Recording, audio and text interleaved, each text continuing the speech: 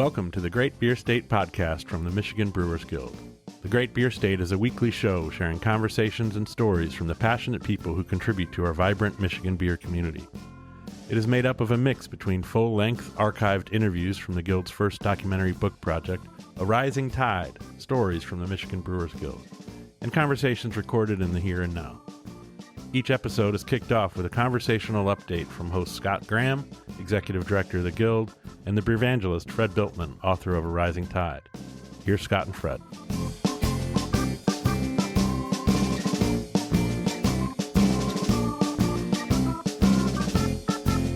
Happy 10th anniversary, Scott. It's episode 10 of Michigan's Great Beer State podcast.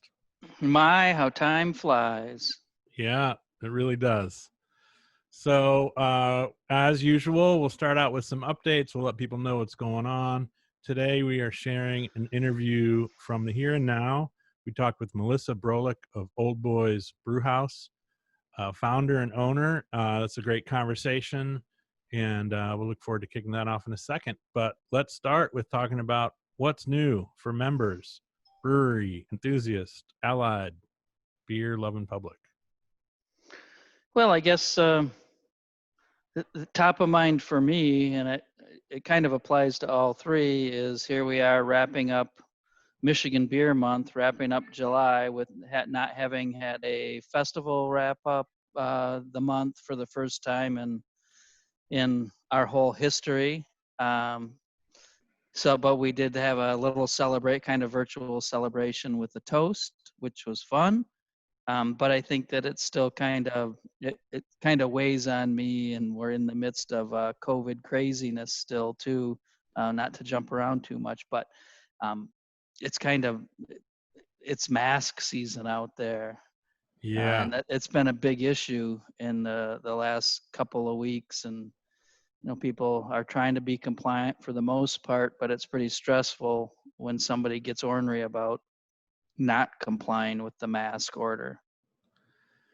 Yeah, and if you think about it, since we've had the two beer fests in the fall, this is the most number of months between beer fests we've ever experienced. Or not ever, since we had fall beer fests, because you'd be about 5 months between fall and winter. And so here we're going to beat that, and that's surreal, if nothing else. Yeah, it is. Hopefully everybody's adapting and overcoming and drinking plenty of local beer. There's certainly some out there. Yeah, I know the little bit I ventured out. I did the my version of the beer fight song for the virtual toast with them live over at our friend's Waypost, and it was a Thursday afternoon with the sun out. There's people in the beer garden. The ordering, the processing, the masks, all of it was different.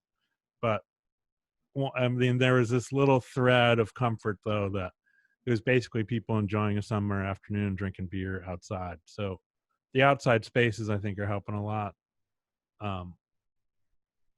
Find some version of solace and normalcy amidst all the chaos. Yes, and indeed some.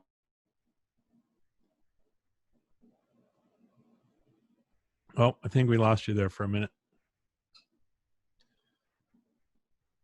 But indeed. So hopefully Scott will join me back in a minute since he has the updates. But overall, make sure to connect to your local breweries. Say hello, say thank you, drink a cold beer. I'm going to jump right into the Brewers Dozen while Scott's upload gets corrected. So we shout out to 13 member breweries across the state. Hey, you're back. I don't know what happened. I thought maybe you blinked out, so I kept talking. Oh, no, I just had a frozen screen there of Scott for a minute. But I jumped up to I was about to kick off Brewers Dozen. But if you have any more updates, we can sneak those in first. I really don't. I think it's, again, COVID craziness and lack of beer get-togethers. Yeah. So find a way, do it safely, raise a glass, and toast your friends. let's drink Michigan beer. Brewers Cheers to Dozen. that. Let's kick those off. 13 breweries across our great beer state. Why don't you start us off? Yeah, it's fun to have so many breweries that we have to go through little lists to kind of get everybody covered. But Arclight Brewing Company in Watervliet, which is kind of north of 94 in southwest Michigan, nice local brewery. And last week we had a brewery which was named as a distillery, and this week we have a brewery named as a winery. Not the first nor the last, I imagine. We have Black Fire Winery in Tecumseh.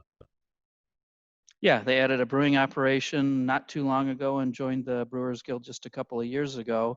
And it's kind of similar. The next one on our list is Bros Brewing in Beulah, which is part of Ambrose Cellars, who is a winery focused on making mead. And they have kind of a farm operation and added beer a few years ago. So Bros Brewing. Great. Next up in Wixom, we have Drafting Table Brewing Company. Yeah, love their beers. In Lake Ann Brewing Company in Lake Ann, which is near Traverse City. Right on, closer to my neck of the woods and kind of the southwest corner, west of Kalamazoo by a stretch, is Lucky Girl Brewing Company. And moving along to the center of the Lower Peninsula, Ellison Brewery and Spirits. And East Lansing, yet another brewery with winery or distillery in their name. But they're doing a great job over there in East Lansing. Yeah, and from downtown Ann Arbor, we spoke to the Graffs last week, and here's Grizzly Peak Brewing Company, a block away, and they had to open within shy of a year of each other way back in the early days. So they've been around a long time, Grizzly Peak. Yeah, and I guess one of our medium-aged brewery members is Northern Oak Brewery in Holly. So kind of in the, outskirts beyond Detroit, but I guess in that southeast area of Michigan. And back to the west side, outside of Grand Rapids, we have Perrin Brewing Company in Comstock Park. Stig's Brewery and Kitchen in Boyne City, brew pub member, been open a few years. Again, we've got several places, quite a few member breweries that are in restored historic buildings in downtown areas, and Stig's is one of those. Yeah, and a lot of breweries do a lot for the art scene, including music, and one of those is the Livery in Benton Harbor. They bring quite a few acts through, and really, of course, that's all on hold now, I imagine, but not only are they known for their beer, but they're known for their great music room and bringing in awesome acts. Yeah, and we'll wrap it up with Tilted Axis Brewing Company in Lapeer. So Lapeer's pretty much due north of Detroit. And this is another historic building remodeled, and Tilted Axis is known for their pizzas. Right on. And beer, of course. Of course. Well, cheers to our Brewers Dozen. Hopefully everybody can take a look, find a brewery close to you wherever you are, and go give them a visit and enjoy a cold one. So this week we're featuring an interview that's from the present time, and it's Melissa Brolick, who founded Old Boys Brewhouse in Spring Lake, and I thought it was great to catch up with Melissa. I've known her a long time, and I feel like they're a brewery that not everybody recognizes how long they've been around and how early they were and how much they've been putting beer forward into that community. So I think it's great to check in, or was great to check in and hear that story and share it. Yeah, this will be year 24 for them, and they were at either the first or second Summer Beer Festival in Livonia. And Old Boys is on my list of favorite places. I guess I will, in full disclosure, Melissa is my sweetheart. So it's a fun place for me. And it's a really cool operation because it's so community focused and family friendly, fun brew pub atmosphere. And it's in Spring Lake, which is adjacent to Grand Haven and attached to Lake Michigan, and the water and boats are a real big pastime for me. So everything it's got going on there, I like.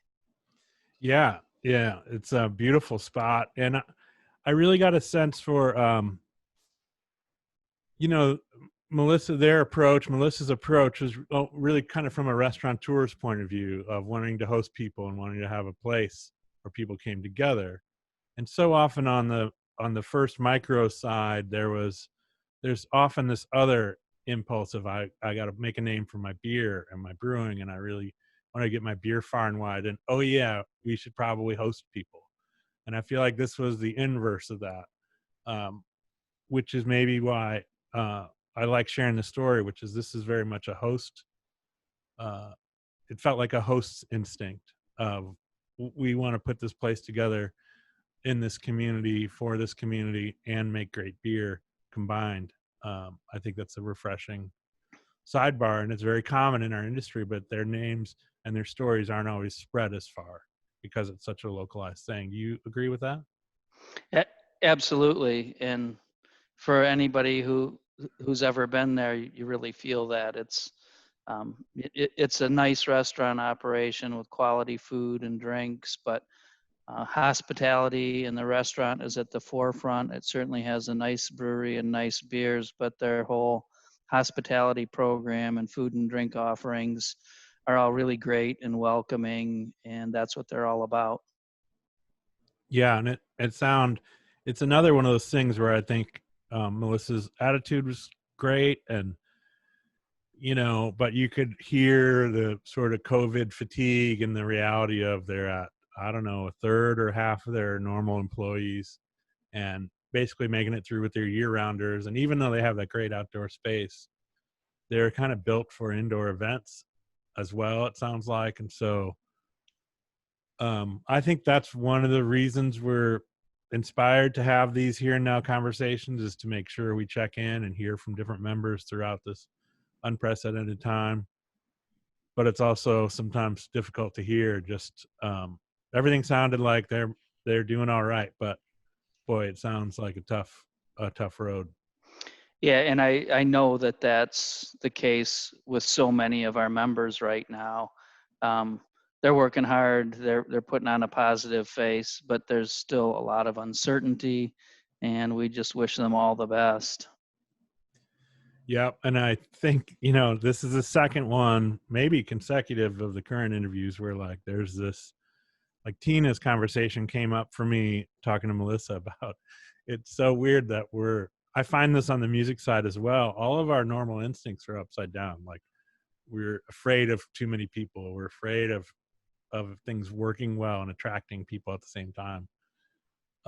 The things we've worked hard for our whole careers, which is bringing people together, getting them to show up to things. A full room is a good room. All that's upside down right now. So I think it's more than the revenue challenges. It's more than the business challenges. It's like a challenge to our whole instinct mechanism. Yeah, and I think it's really fatiguing for people. It's one more thing to pile on top of all the hard work, but I see people getting fatigued with it, like you said. I think maybe you said COVID fatigue or something, but it's a real thing.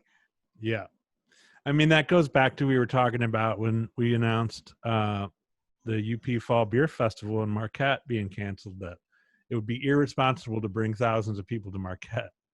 Like that's backwards. Like yeah, normally they love that. It's not what you hear in tourist groups. So it's a retooling for a little while, and hopefully we'll all keep figuring it out. But overall, I would say it's a very positive story. I'm grateful to have Old Boys in our world and such a long-time contributor to the scene in Michigan and West Michigan. So with that, why don't we hand it off to Melissa Brolick, Old Boys Brewhouse. Here's Melissa. Sounds great. Cheers to that. Cheers.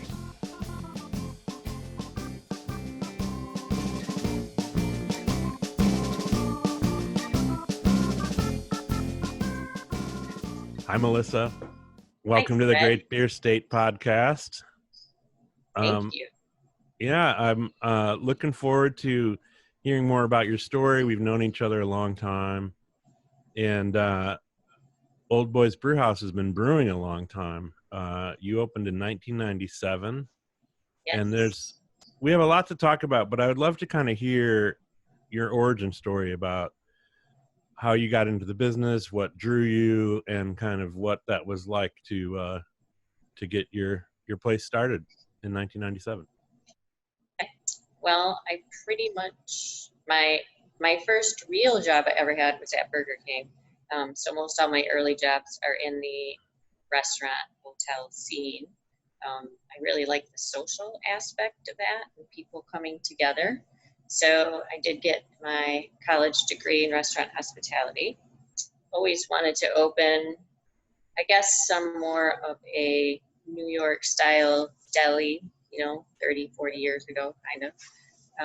Didn't quite work out that way. But I really enjoyed baking, and long story short, I enjoyed drinking beer, so thought I'd kind of try to put the two together, on the home front years ago. So I had some friends, they would come hang out, and we would make beer every so often. And in my world, there's usually always at least one dog, so the dogs were always there as well. So then it came time to, think and put into play your business plan for restaurants.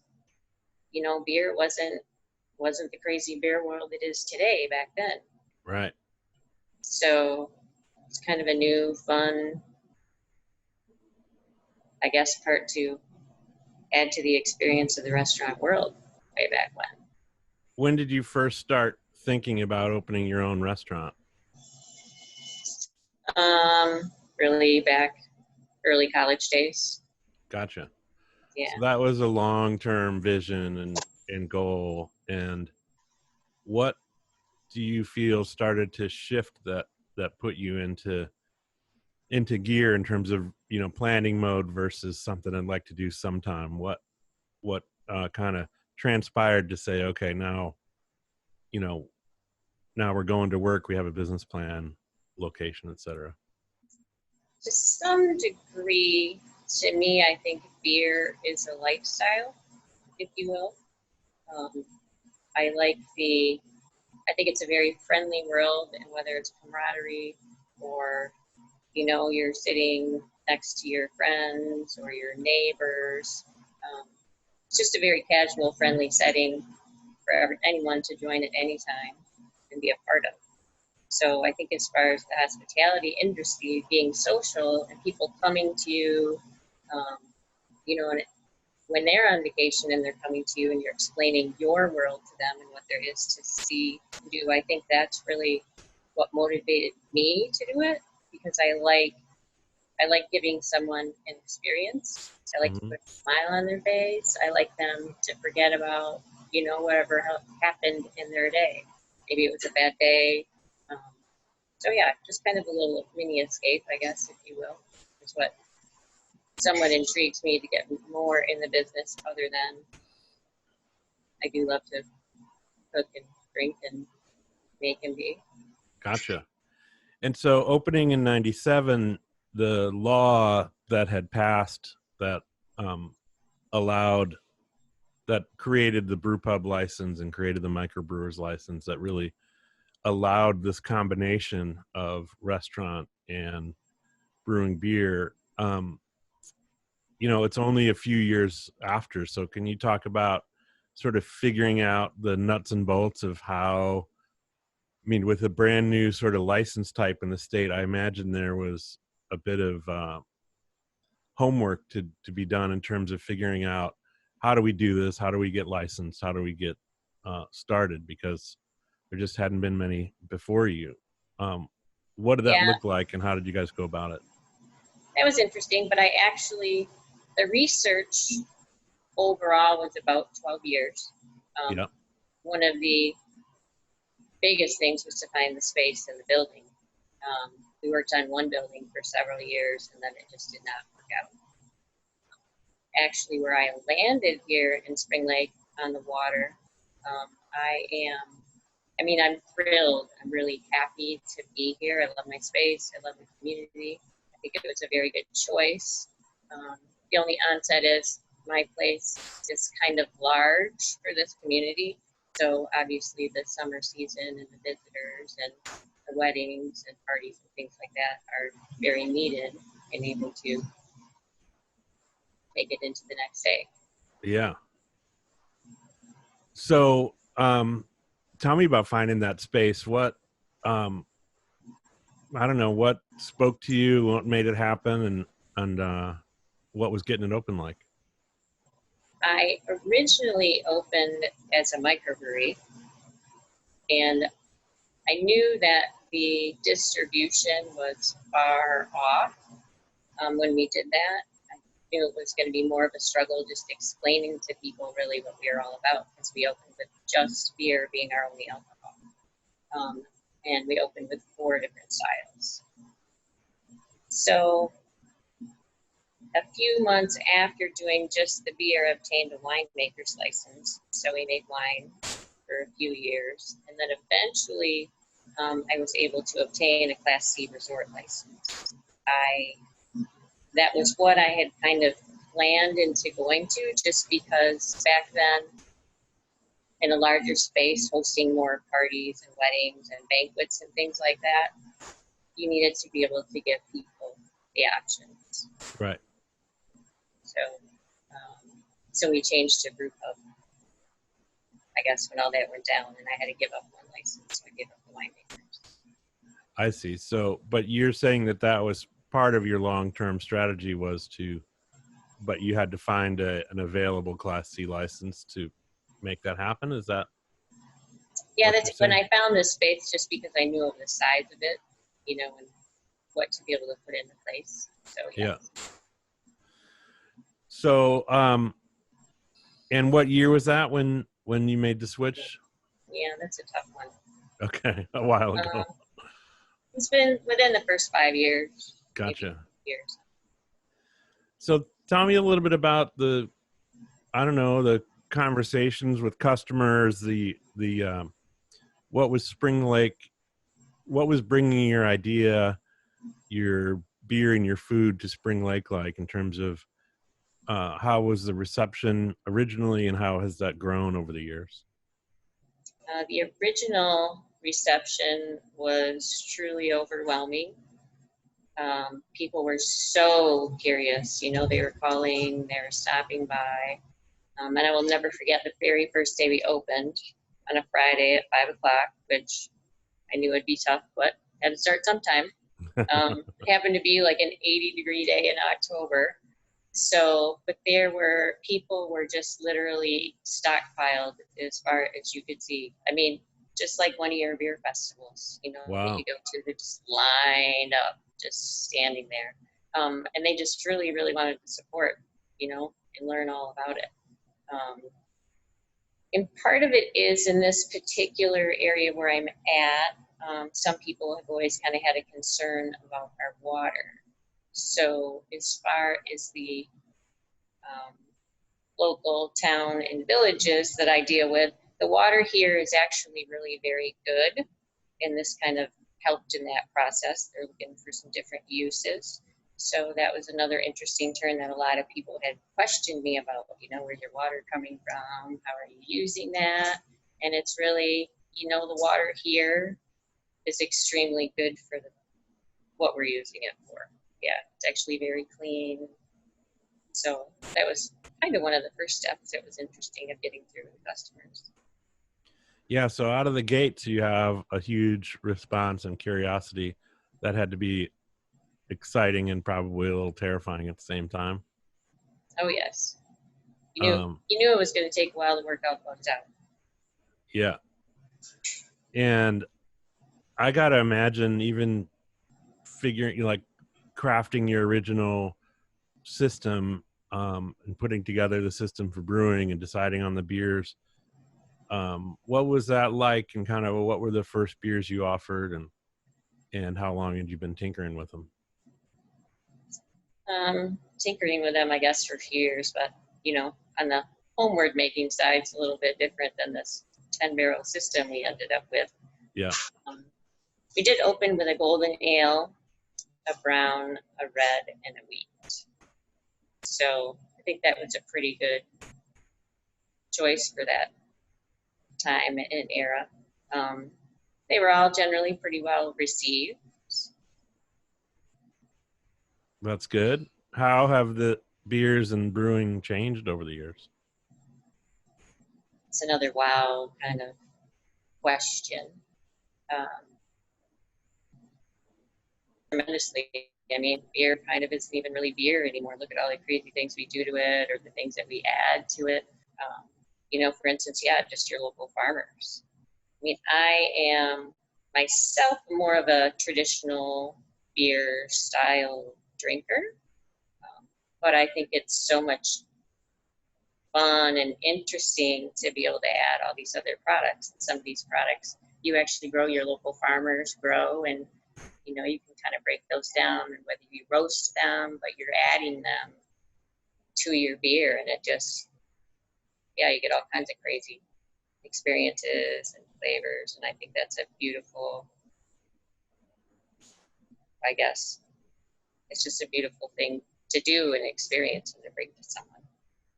Yeah, the opportunities seem to have continued to expand and change and grow. I mean, what's available to you now versus 20 years ago is a whole different palette.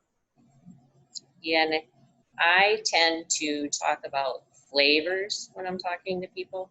And I guess that's what helps me on the front line more of the consumer that walks in here every day, whether you've been drinking beer for years or whether you've never even had a beer.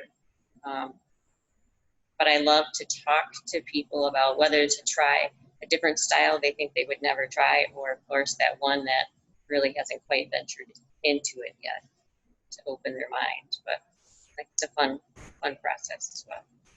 Yeah, how do you feel like the consumers, the people that walk into your restaurant, how have their expectations changed over the years?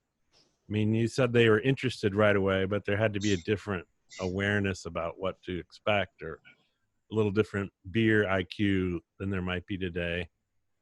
There is quite a bit.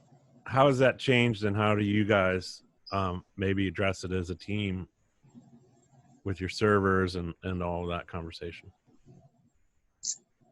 I would have to say, even with a server, there's still kind of a relationship level that you have to build with your table as your customers come in, to kind of set the pace for them.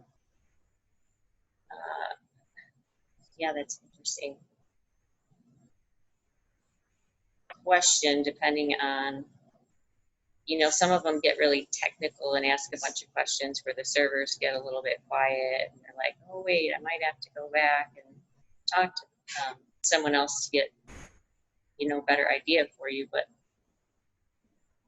a lot of them are just more open. It's more about the experience necessarily, I would say, in the past, good handful of years, or then some, where there's usually a story that goes along with a beer, or there's a story that goes along with their favorite brewery, in what makes their experience the best overall.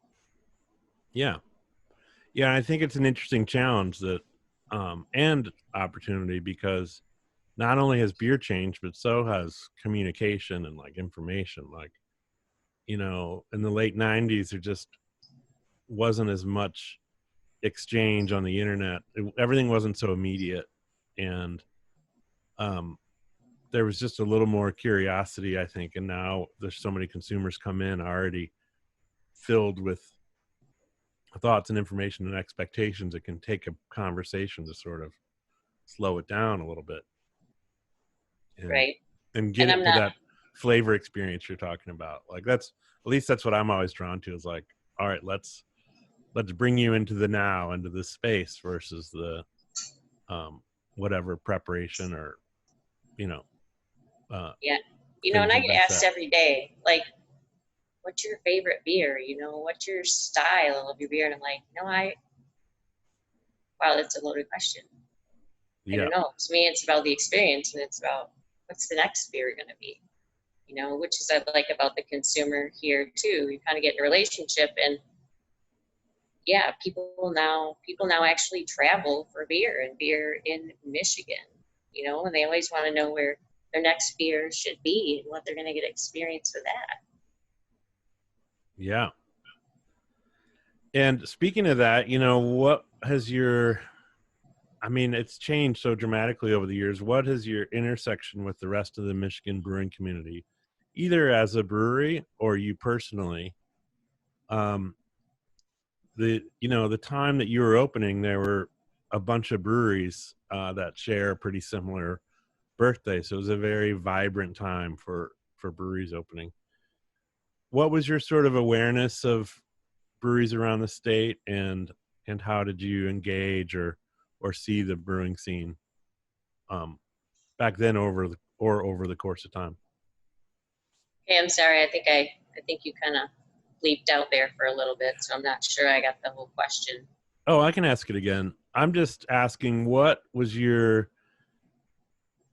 how did you connect to other breweries in the state at the time, and what did you see the scene like, and how has that changed as the number of breweries have grown?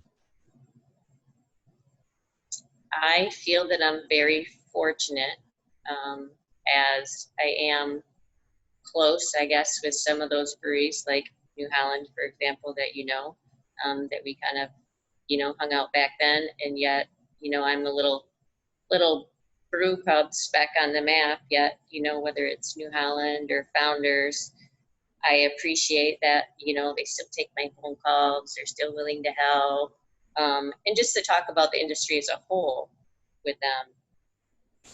Me, it's a little bit different because, I have my one little space and I'm here every day, and it's the employees, whereas, I talk to different people in different positions and get a whole different perspective from them, which I think helps me tremendously. So I think I'm very fortunate that they continue to,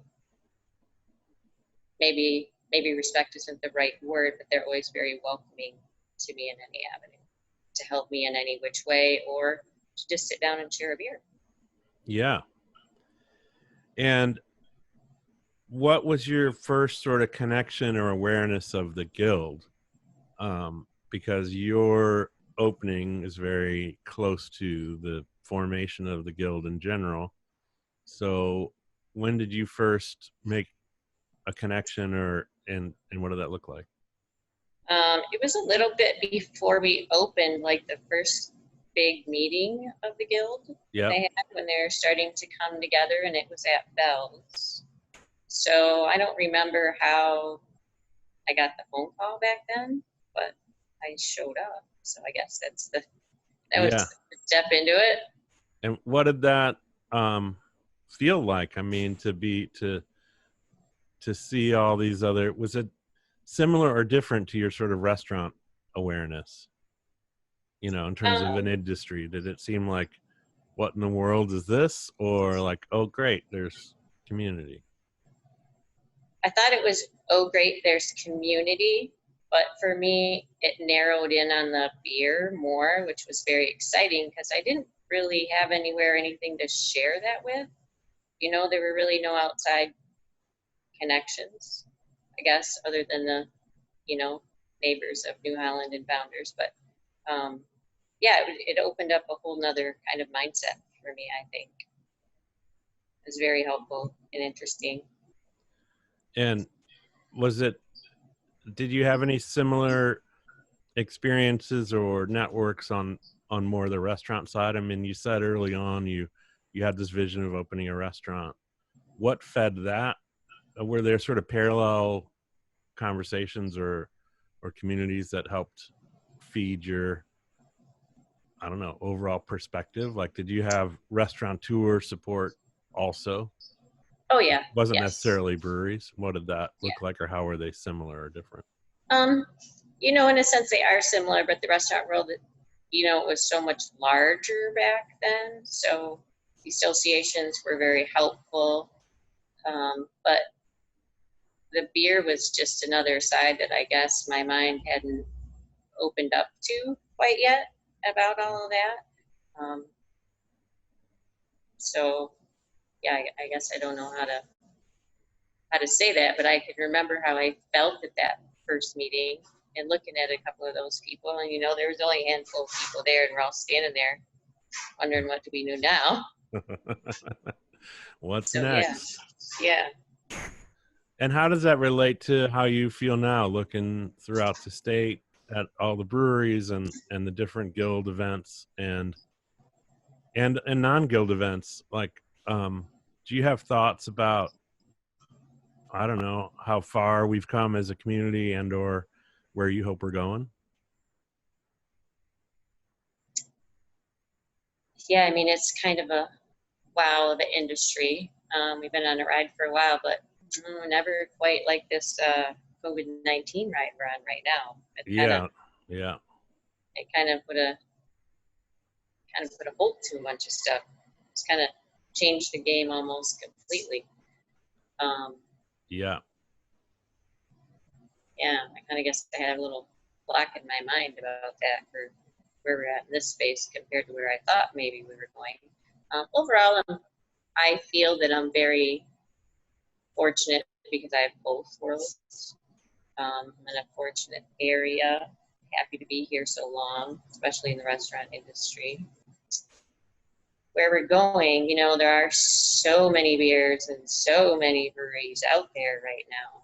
Just another, it's another thing to think about. You know, you wonder every day. But hopefully we can make it through all this to the other side. Yeah, and I think both with COVID in mind and also in general, how do you sort of focus yourself on your, I don't know, your own sort of identity, or like, what do you think Old Boys is to Spring Lake and the West Michigan community, and what do you focus on trying to deliver? Like, what's your signature or your hope? And I think things like COVID really bring those things into evaluation, maybe unlike other times. For me, on one mindset, I've always been very active in the community and do quite a few charitable events and things like that. And this, I mean, I know has kind of helped me along tremendously as being a neighbor. But as far as this whole COVID thing, it's like poof, everybody went away. You know, and it's like everybody's sitting on their own little island, and you know, where do we go from here? Yeah, it's scary. Somebody else was talking about, you know, when the reopening first started happening, the phrase was like, yeah, we're kind of scared of people. And I just thought, man, if that isn't the weirdest thing for restaurateurs, for people who have hospitality as a way of life, to have this event actually, you know, it's literal. There's this fear of people coming together. I mean, it's completely counter to a restaurateur's hosting instincts. And you I know, feel like it's kind of sad. So I'm gonna go back to when Ottawa County couldn't serve beer and wine on Sunday. Yeah.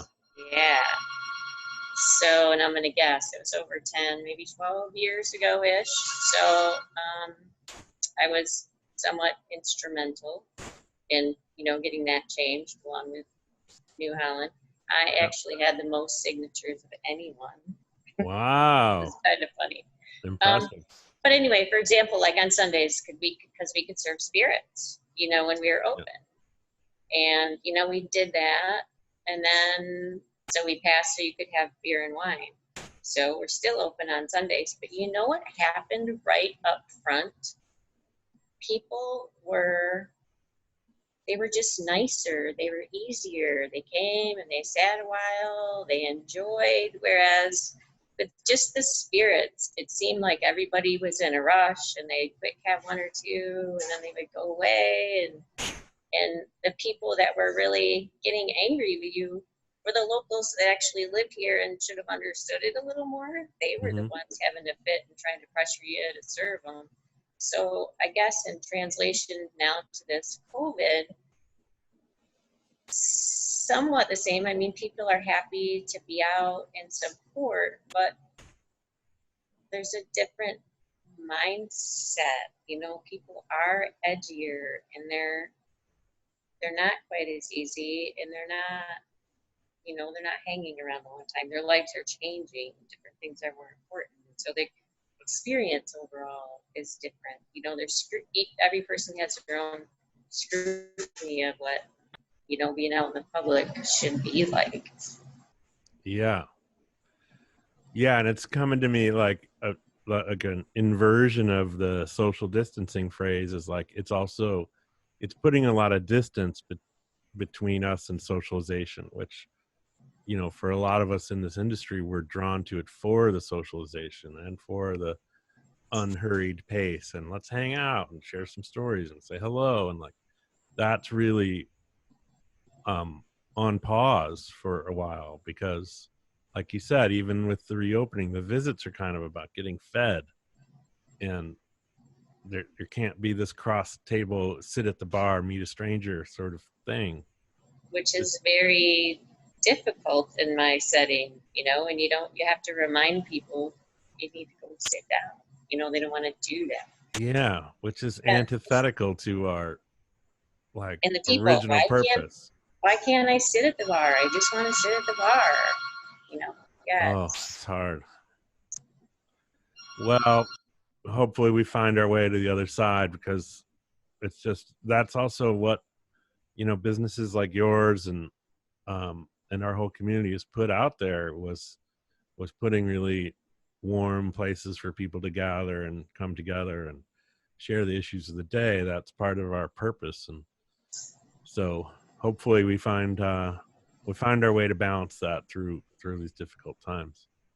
So I got one more question before we jump into the last call questions. I'd love to hear you share the story about your name and the theme and dogs, and tell me how that all plays into your old boy story. Well, obviously, I love animals, dogs in particular. So way back during the home brewing scene, so I took in this older chocolate lab. His name was Brutus, and he just got the nickname of Old Boy because he didn't get around so well, but he was always there, but he loved to come see him. And he always kind of nibbled on the spent grain. So I could think of lots of names for the brewery, but the theme was a little tricky because we're on the water, and did we want to do nautical like everybody else was doing?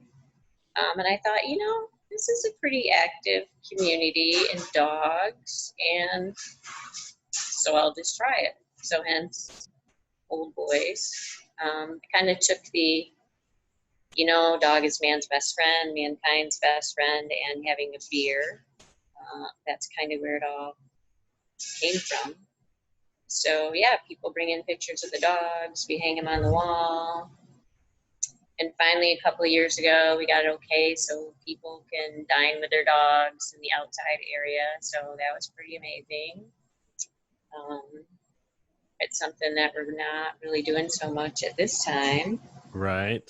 Straight into people. But yeah, it just plays into the whole kind of casual sit down with your best friend and have a beer. Yeah, you were a pioneer in being dog friendly at a whole nother level. Yeah.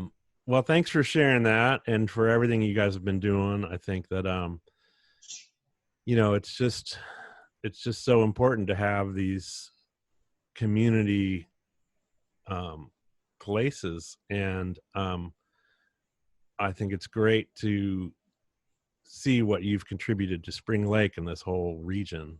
So thank you for that. I'd love to wrap up by jumping into what we call the Great Beer State last call questions.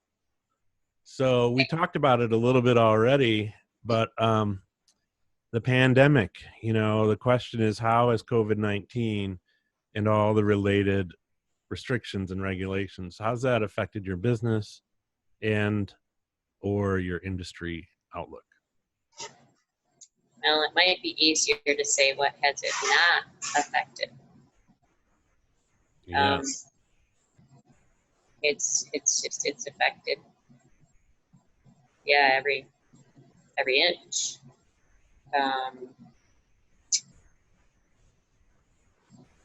Yeah, where to go with that? I mean, from, you know, your normal cleaning procedures to your employees, and some of the, I mean, we're withheld to pretty sanitary conditions overall, just with your local health department and other things we need to stay on top with and procedures, but it's, you know, it's adding so many steps, and the labor force adding so many steps. You know, I don't see the end of it right now. I mean, I still have that hope of the light in the end of the tunnel, but I think it's very possible it could get a little worse before it gets better. Yeah.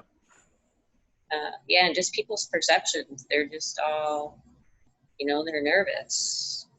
There's, you don't know where their mindsets are coming from and what they see, where they might think you're not doing something right, or, yeah, it's crazy. Yeah, it is. It makes me think of a second part of that question. So we'll bend the last call rules a little bit. How do you shore your staff up in this time? So as you get through one day and go into the next, and you're still, like you said, you're before that you see the light at the end of the tunnel. You're just in the tunnel, and you're just trying to make it forward.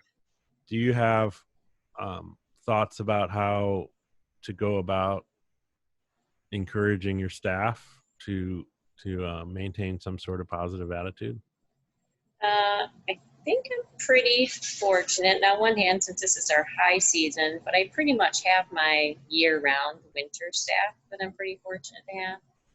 They were really happy to come back to work and see their customers. So for the most part, they're pretty good. But we, you know, at the end of every day, we usually kind of all come together and we talk about our day and, you know, what your experiences are.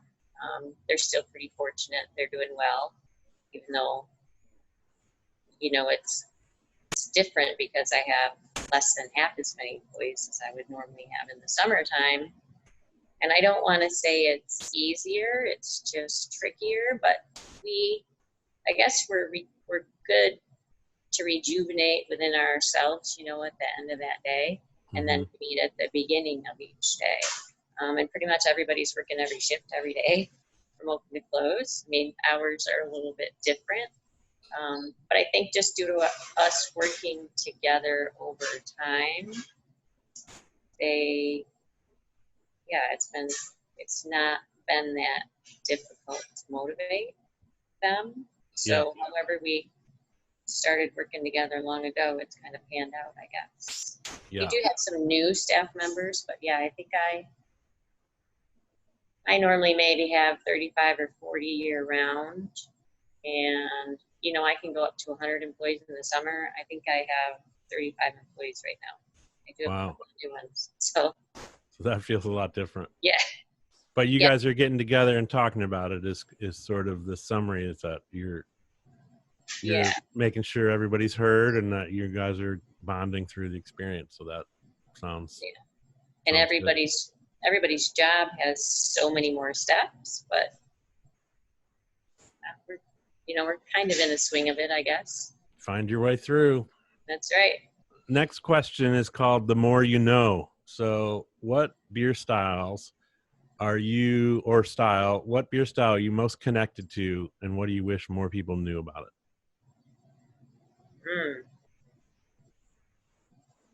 Oh, that's a good one. I don't know if it would be a style or more of an experience. I can't. Now, when I first really started drinking beer, and during like home brewing days, a red beer, amber, something like that was more my tune. Fast forwarding, I'm sure the last 10 years has been more hop beer, pale IPA, but I don't know. I kind of really like Pilsner type other than something that has more of a really toasted, like a coffee flavor, kind of good with. I'm not, the real crazy sours or things like that. I like to have them. I couldn't drink them all day, but it's a lot of beers when I know when I drink all day. I might just rather have a pint or two. Throughout my life, I think it's even when I go to sell a beer or try to get someone to try a beer, you have to drink a minimum of a pint to really, I know, but to really get the flavor, you can't just, shoot this little taste and, that's it. I'll love it forever. I agree. I like, though, that you've converted pint into a beer style. So the beer style you're most connected to is at least a pint. Yes. Oh, absolutely. Yeah. All right. So how about your ideal home bar? What is your bar setup at home like? And do you have any suggestions for people who are likely through this pandemic spending more time at home serving and drinking their beverages? Well, since this is really my home, and I spend a lot more time here than my home, I guess I have a pretty good bar setup. You got a pretty sweet home bar. I would like. At home, I actually have a very small bar, but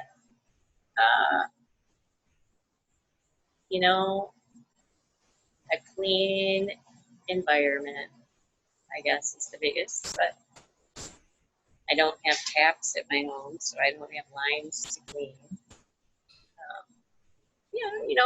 Maybe some fun serving pints or something along the way. That is a really good question. Easy, clean surfaces. Yeah. Nice, clean spot. Keeping it open, like just having maybe one area, one table, and then having a large social area, which actually I guess my house does have. Really small bar, but it's all open right there. All right. So next is love and hate. What current trends do you love or hate? And how are they reflected or not in your brewery?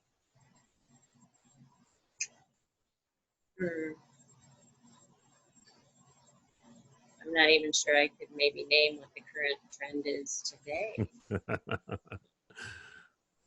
Well, any of them that speak to you, either that you're excited about or annoyed by? I don't think I have a, one that necessarily stands out from another one. Because again, it's not just a style. It's, I'm always willing to try it. That's a tough one. Do you have any trends in terms of what people are asking for currently that's new? The last couple of years, not really. They seem to, again, just talk about more experiences. But, maybe when I talk to them, maybe I pulled that out of them a little bit more. But it's not like people say, oh, how come you don't have this crazy Imperial blah, blah, blah, or how come you don't have this Belgian, or how come you don't have it? I haven't really done that so much for a few years. But yeah, for a while it was like, the barrel aged and all that, but it's almost as maybe some people's tastes are getting a little simpler, maybe, if you will, and not so complex. I don't know that I have a true love and hate. All right. You're open to it all. Yeah. Do you remember your first drink? First drink or my first beer? Whatever comes to mind. Your first alcoholic beverage or your first beer. Is it a taste or is it a pint? It's an experience. Well, forever ago, it would have been Coors, because when I was really young, we had family out in Denver. I can remember going through the Coors plant. That was long before it ever made it to Michigan, so I don't really know if that counts. That counts. So that was, you were drinking Coors before it was east of the Mississippi. Yeah. Yeah, that counts. Do you remember your worst drink? I do. Yeah, what was that? Now that you mentioned it. It was a beer. In fact, I was meeting with Isaac Oh, no. at a place that we had not been to. Yeah. And I went to go about just a couple years. And it has to be, I'm really sorry to say, because it has to be really, really pretty bad. And seriously, neither one of us. I mean, I think I took 3 sips because we couldn't, honest. Oh, It's very sad day. that is sad. That sticks with you. Yeah. A sad day.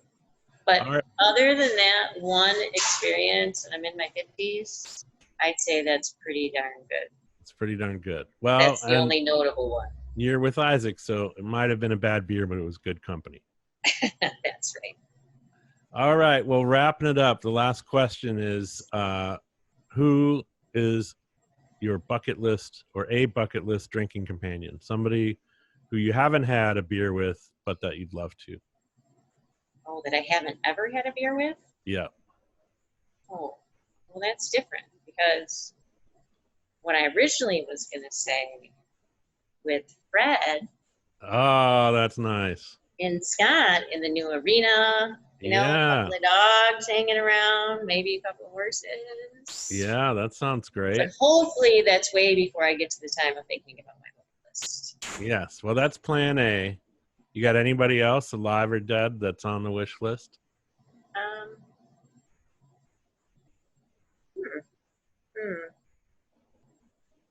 guess I'm going to have to come back to that. I can't. All right. Well, it's a fun thought to think about. I will. And I will answer that. But someone I have not had a beer with. Yeah. People out in the world. Well, I look forward to our beer on the farm with some dogs and horses and you and Scott. So, and I really appreciate you spending time with me today to share your story and the old boy's story. And I know it's hard out there right now, but you're bringing a lot of joy to people, and I hope you wish you well in the continuing effort. Thank you. I appreciate the opportunity and really enjoyed spending the time with you. So it's nice to see your face. It's been a while. Yeah, it has been. Since we've shared a pint. So yeah. And thank you for all you've done for the beer world throughout the years and still continue to. So I guess past, present, and future. Yeah. See you. Right on. Thanks, Melissa. Thank you. Have a great day. Thanks for listening and sharing while supporting Michigan breweries and craft beer everywhere. The Michigan Brewers Guild was formed in 1997 with its first summer beer festival taking place in July of 1998. Its now 5 annual festivals are dedicated exclusively to Michigan beer brewed by more than 270 member breweries. The Michigan Brewers Guild exists to promote and protect the passionate Michigan beer industry in every way possible. To learn more, visit us at mibeer.com or say hello on one of our social media pages, as we love hearing from you.